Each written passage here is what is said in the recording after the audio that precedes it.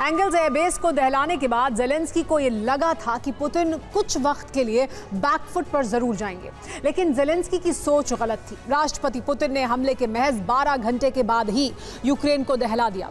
रूसी सेना ने यूक्रेन के ज़ैपोरिज्जिया में जबरदस्त बमबारी की है। ये हमले ज़ैपोरिज्जिया इंडस्ट्रियल एरिया में किए गए हैं, जिसमें करीब 13 लोगों की मौत हो गई। लेकिन माना जा रहा है कि पुतिन का प्रतिशोध अब भी बाकी है।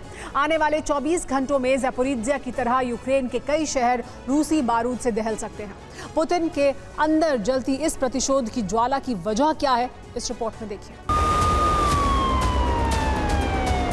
8 जनवरी की सुबह 5 बजे ज़ेलेंस्की ने पुतिन को 2025 का सबसे बड़ा जख्म दिया, तो महज 12 घंटे बाद ही पुतिन ने ज़ेलेंस्की का उधार सूद समेत उन्हें वापस लौटा डाला। एंग्लेस एयरबेस दहलने के महज 12 घंटे बाद ही पुतिन ने ज़ैपोरिज्जिया इंडस्ट्रियल एरिया को तबाह कर डाला। ये ज़ैपोरिज्जिया के शेवचेनकिविस्की का वीडियो है।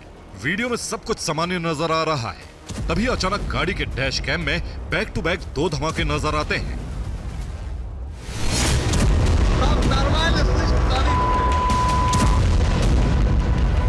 धमाके के बाद हर तरफ अफरा तफरी मच जाती है। इमारतों से उठती आग और धुएं का गुब्बार आसमान को घेर लेता है।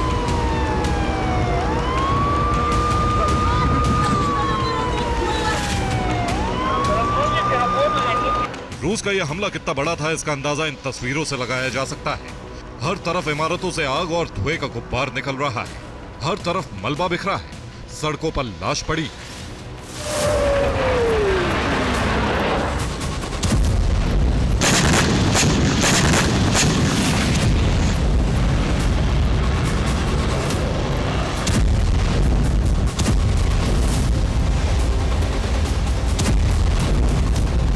शहर में हर तरफ सिर्फ तबाही ही तबाही है। कई बसें और गाड़ियां भी जलकर खाक हो चुकी। धमाकों में बचे हुए लोगों को जल्द से जल्द एम्बुलेंस के जरिए अस्पताल पहुंचाने की कोशिश जारी है। ये शहर से गुजरने वाली ट्रॉम ट्रेन के आसपास की तस्वीरें हैं। यहां भी जबरदस्त तबाही हुई।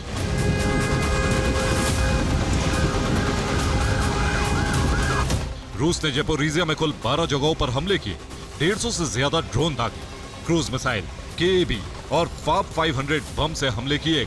हमले में कुल 6 इमारतें और एक ड्रोन फैक्ट्री तबाह हो गई। ज़ैपोरिज्जिया पर हुए हमलों में 13 लोगों की मौत हो गई है, वहीं 69 लोग घायल हैं। 18 की हालत बेहद गंभीर बताई जा रही है।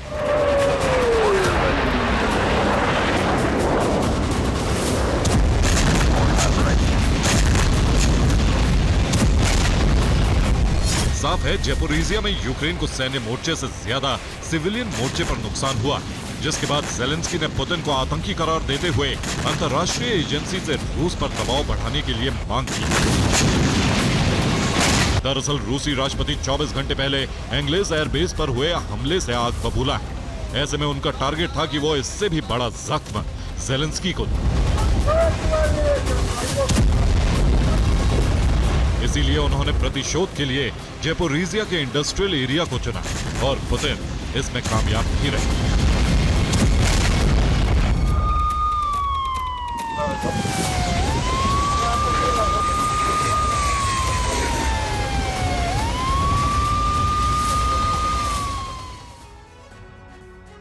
रूस ने ज़ैपोरिज्जिया के जिस इंडस्ट्रियल एरिया पर हमला किया वो यूक्रेन सेना के लिए बेहद खास है।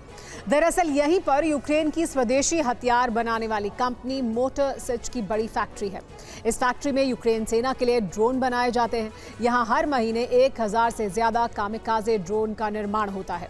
फैक्ट्री के पास ही कर्मचारियों के रहने के लिए अपार्टमेंट मौजूद हैं, जहां वो अपने परिवारों के साथ रहते हैं। ड्रोन फैक्ट्री के पास ही कई रिहायशी इमारतें भी बनी हुई हैं।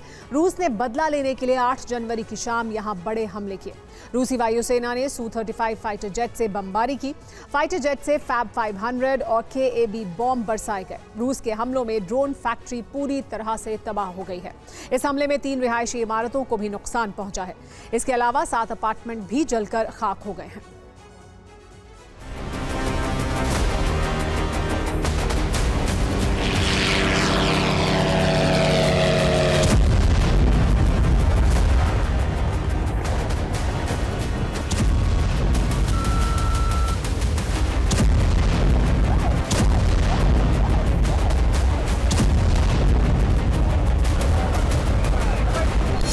का प्रतिशोध यहीं खत्म नहीं हुआ। रूसी राष्ट्रपति ने यूक्रेन के 9 अलग अलग इलाकों पर भी हमला किया। रूस ने यूक्रेन के कुपियांस्क, चासव्यार, खुराकोव, पोल्तावा, सूमी, चेरनिहिव, चसरकी, किरोवोराद और खैरसोन पर ड्रोन हमले किए। यहां करीब 147 अलग अलग लोकेशन पर हमले किए हैं। रूस ने ड्रोन असेंबली प्लांट, कई हथियार डिपो, पावर प्लांट और मिसाइल साइट को तबाह कर दिया।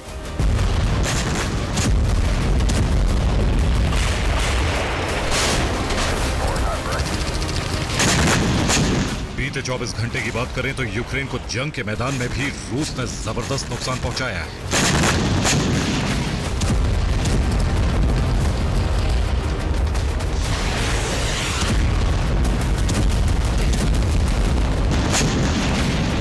ये कुपियांस्क का वीडियो है, जहां रूस ने अंडरग्राउंड बंकर में बम गिराकर 3 यूक्रेनी सैनिकों को खत्म कर दिया। चासव्यार में रूस ने यूक्रेन के T-72 टैंक पर हमला किया। हमले में यूक्रेनी टैंक तबाह हो गया। पोक्रोवस्क में रूस की होवित्जर ब्रिगेड ने फ्रंटलाइन पर जबरदस्त हमले किए। दावा है कि इन हमलों में 6 यूक्रेनी सैनिक मारे गए।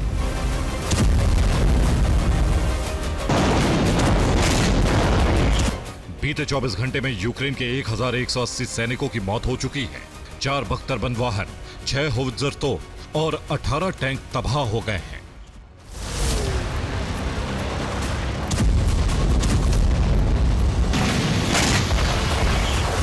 रूसी राष्ट्रपति ने भले यूक्रेन को कई मोर्चों पर बड़े जख्म पहुंचाए हैं,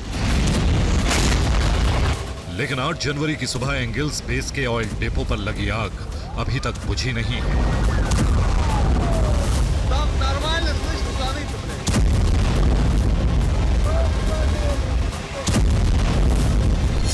यह एंगिल्स एयरबेस पर मौजूद वही ऑयल डिपो है जिसे 36 घंटे पहले यूक्रेन ने ड्रोन हमला करके दहलाया था।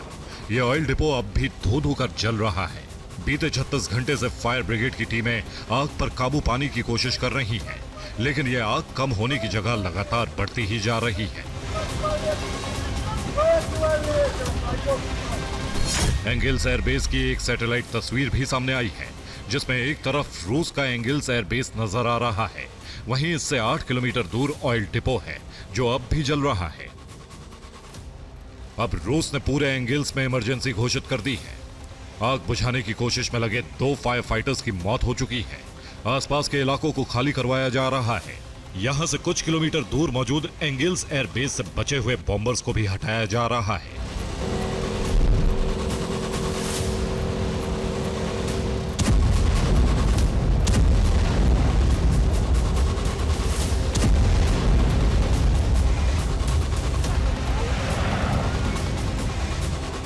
दरअसल इस ऑयल डिपो में बॉम्बर्स और फाइटर जेट्स में भरा जाने वाला हजारों टन फ्यूल मौजूद था, जो बेहद ज्यादा ज्वलनशील होता है।